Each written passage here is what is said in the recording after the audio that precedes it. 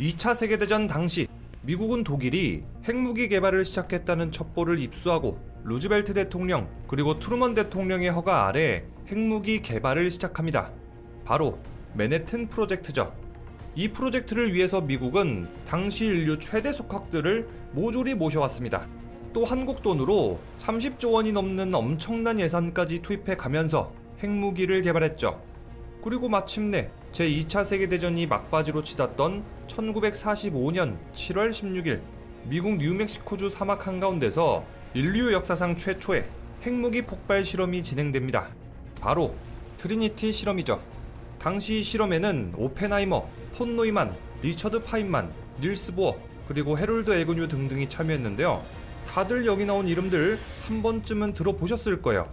그만큼 트리니티 실험에는 당대 최고의 과학자들이 모조리 달라붙었던 거죠. 이 프로젝트에 참가한 과학자들 중에서는 엔리코 페르미도 있습니다. 1938년 노벨 물리학상을 수상한 이탈리아계 미국 물리학자죠. 페르미는 언제나 무언가를 논리적으로 계산하고 수치화하는 걸 좋아했는데요. 그는 이번 핵실험을 할 때도 재밌는 일을 생각해냈어요. 인류 역사상 단 한 번도 터져본 적 없는 핵무기의 위력을 수치화하는 거죠. 1945년 7월 16일 인류 최초의 핵무기가 터지던 바로 그날 엔리코 페르미는 폭심에서 약 10km 떨어진 베이스 캠프에 있었습니다. 그는 핵무기의 위력을 추측하기 위해서 딸랑 종이 한 장만 준비했는데요. 그런데 그의 계산은 그 누구보다도 정확했다고 합니다. 아니 도대체 종이 한 장으로, 그것도 폭심에서 10km나 떨어진 곳에서 어떻게 인류 최초의 핵무기의 위력을 계산해낸 걸까? 오늘의 영상은 이광현 교수의 도서 피타고라스 생각 수업 내용 일부를 참고해서 제작했습니다. 1945년 7월 16일 5시 29분 45초 인류 최초의 핵폭탄이 터집니다. 이때 페르미는 후폭풍에 종이 조각을 찢어 날려보냈습니다. 폭발 후 약 40초가 지나자 후폭풍은 제가 있는 곳까지 도달했습니다. 저는 충격파가 지나가기 이전, 도중, 그리고 나중에 각각 작은 종이 조각을 약 1.8m 높이에서 떨어뜨렸습니다. 각각에 떨어진 종이 조각은 떨어진 위치가 다를 텐데 이 종이 조각들의 위치가 얼마나 변했는지 측정한다면 핵무기의 위력을 추정할 수 있지요. 종이 조각이 날아간 거리는 약 2.5m 정도였고 이 정도면 TNT 1만 톤의 폭발 위력에 해당할 겁니다. 페르미의 계산은 과연 얼마나 정확했을까요? 트리니티 실험에서 핵폭탄의 위력은 정확하게 TNT 1만 8,600톤이었다고 해요. 페르미는 TNT 10,000톤이라고 추정했으니까 대략 1.86배의 오차가 있었던 겁니다. 아니 부엉이형, 1.86배가량의 오차라면 오차 범위가 너무 큰 거 아니야? 하지만 종이를 바람에 날려서 인류 최초의 핵무기의 위력을 이 정도 정확도로 추산해냈다는 건 사실 대단한 성과예요. 페르미뿐만 아니라 다른 모든 과학자들도 나름대로의 계산을 통해서 핵무기의 위력을 계산했는데 가장 근접했던 건 페르미였다고 해요. 2등은 바로 폰 노이만이었다고 하는데요. 그는 TNT 5,000톤가량으로 측정해냈죠. 자, 이렇게 1등하고 2등의 격차만 TNT 5,000톤 분량 2배가량 차이가 나니까 페르미의 계산법이 얼마나 정확했는지 감이 오시죠? 자, 이렇게 엔리코 페르미의 문제 해결법을 페르미 추정이라고 합니다. 추측하여 값 구하기라는 의미로 게스티메이션이라고도 하죠. 페르미는 이런 방법을 1940년 시카고 대학교에서 강의 도중 처음 사용했습니다.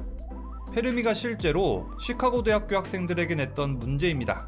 시카고에 사는 피아노 조율사는 총 몇 명일까? 처음 이 문제를 접한 학생들은 당황했다고 해요. 게다가 페르미는 지금 당장 정답을 원했다고 하죠. 아니 내가 무슨 피아노 조율사도 아니고 그걸 어떻게 알아? 통계청이라도 가서 물어봐야 하나? 피아노가 있는 모든 집을 발로 뛰어서 알아보라는 건가? 학생들은 결국 이 문제의 답을 구하지 못했습니다. 그러자 페르미가 직접 계산해내기 시작했죠. 시카고의 인구는 약 300만 명입니다. 가구당 구성원은 약 3명이라고 하죠. 그리고 피아노 보유율은 10% 정도라고 합시다. 피아노 조율은 1년에 한 번 정도 한다고 가정합니다.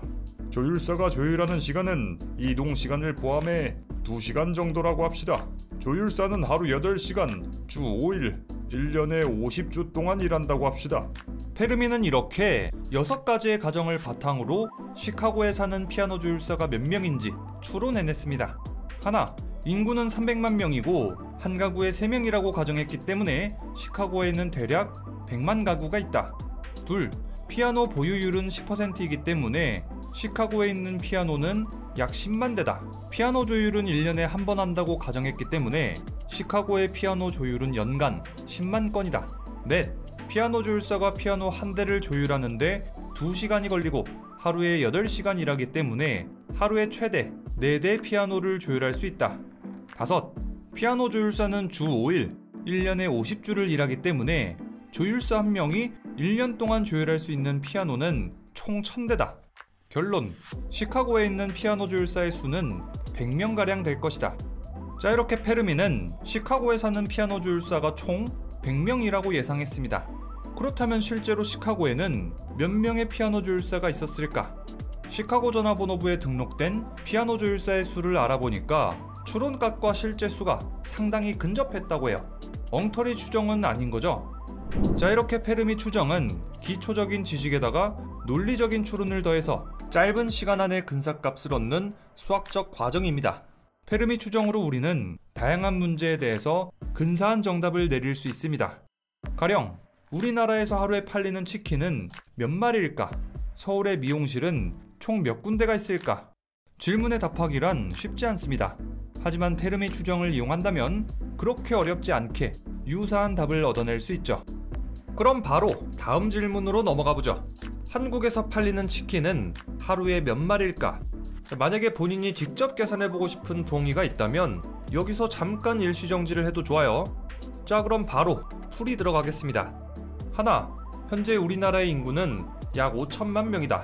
둘, 한 가구의 구성원은 대략 2명에서 3명 정도라고 가정한다면 전체 가구 수는 약 2천만이다. 셋, 한 가구는 대략 일주일에 한 번 정도 치킨을 시켜 먹는다. 자, 이렇게 가정을 다 끝내고 나면 계산만 하면 돼요. 2천만 가구가 일주일에 한 번 정도 치킨을 시켜 먹는다면 일주일 동안 팔리는 치킨은 2천만 마리겠죠. 2천만 마리를 7로 나누면 하루 동안 팔리는 치킨은 대략 290만 마리에 근사할 겁니다. 우리는 이번 추측으로부터 우리나라에 있는 치킨집의 수가 얼마나 되는지도 짐작할 수 있어요. 자, 먼저 치킨집을 운영하려면 이익이 남아야 되죠. 하루에 10마리만 파는 치킨집이라면 그 치킨집은 문을 닫을 거예요. 그렇다고 하루에 치킨을 1000마리나 튀길 수 있는 치킨집은 거의 없을 거고요. 자, 그래서 우리는 각 치킨집들이 하루에 평균적으로 40마리 정도 튀겨서 팔고 일주일에 6일을 영업한다면 한 가게당 일주일에 240마리의 치킨을 판다고 예측할 수 있습니다. 그런데 아까 전에 우리는 한국에서 팔리는 치킨이 일주일에 2천만 마리라고 계산했잖아요. 이 2천만 마리를 240마리로 나눈다면 한국에는 대략 8만 3천 개의 치킨집이 있을 거라고 추정할 수 있습니다. 오차는 과연 얼마나 될까요? 실제로 2019년 6월 3일 한국경제신문에 따르면 우리나라에 있는 치킨집은 약 8만 7천 개입니다.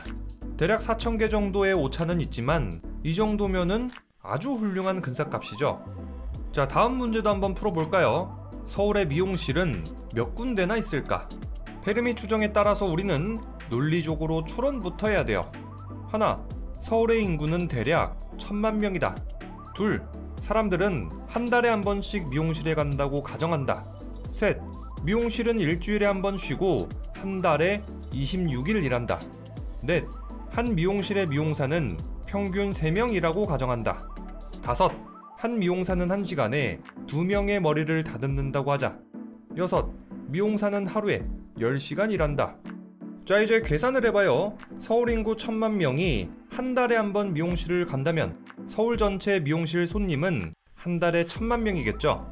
한 미용실에서 하루 동안 받을 수 있는 손님은 종업원 3명 곱하기 손님 2명 곱하기 10시간에서 60명이고요.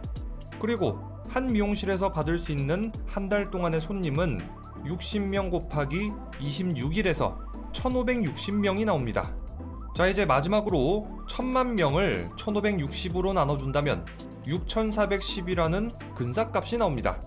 즉 서울에는 미용실이 대략 6410개가 있을 거라고 추측할 수 있습니다. 자, 이렇게 페르미 추정을 이용한다면 치킨의 판매량, 치킨집의 수, 미용실의 수, 어떤 집회에 참여한 사람들의 수 등등 생활 문제를 간단하게 풀어낼 수 있어요. 그런데 페르미 추정은 우리 생각보다 훨씬 더 다양한 분야에 쓰여요. 그 중에 하나가 바로 과학계인데요. 과학자들은 우리 은하에 외계 문명이 얼마나 있는지를 계산하기 위해서 이 페르미 추정을 이용했습니다. 일명 드레이크 방정식이죠. 과학자들은 이 드레이크 방정식에 따라서 우리 은하에만 대략 36개 외계 문명이 존재할 거라고 추측해냈습니다. 아니, 우리 은하에만 지적 외계 문명이 36개나 있을 거라고? 이게 과연 사실일까요? 이 영상은 리뷰영이 채널에 올려놓은 게 있으니까요, 지금 우측 상단에 나오는 카드를 눌러서 시청하시기 바랍니다. 자, 이렇게 페르미 추정은 일상생활뿐만 아니라 첨단 과학까지 아주 다양한 분야에서 빈번하게 활용됩니다. 이 페르미 추정은 정확한 답을 찾기 위한 수식이 아니에요. 최소한의 조건에서 제시된 문제의 답을 얼마나 논리적으로 찾는지 그 과정을 알아보는 수식이죠. 이 페르미 추정은 미적분처럼 고도의 수학적 내용이 필요하지 않습니다. 우리가 초등학교 때 배운 간단한 산술과 기본 상식, 그리고 논리적인 사고력까지 더하면 충분히 써먹을 수 있죠. 이 페르미 추정은 짧은 시간 안에 합리적인 가정과 논리적인 가설을 사용해서 대략적인 추정치를 얻는 데 의미가 있습니다. 아는 정보가 많을수록 유리하기 때문에 페르미 추정은 아는 정보를 최대한 활용해서 새로운 정보를 생산해야 됩니다. 그런데 페르미 추정에도 한계는 있습니다. 페르미 추정은 어디까지나 어림짐작에 불과하다는 거죠. 따라서 정확한 수치를 필요로 하는 영역에는 적합하지가 않습니다. 그렇기 때문에 페르미 추정은 짧은 시간 안에 대략적인 추정치를 얻어서 활용해야지만 의미가 있겠죠. 자, 이렇게 해서 오늘은 페르미 추정에 대해서 알아봤습니다.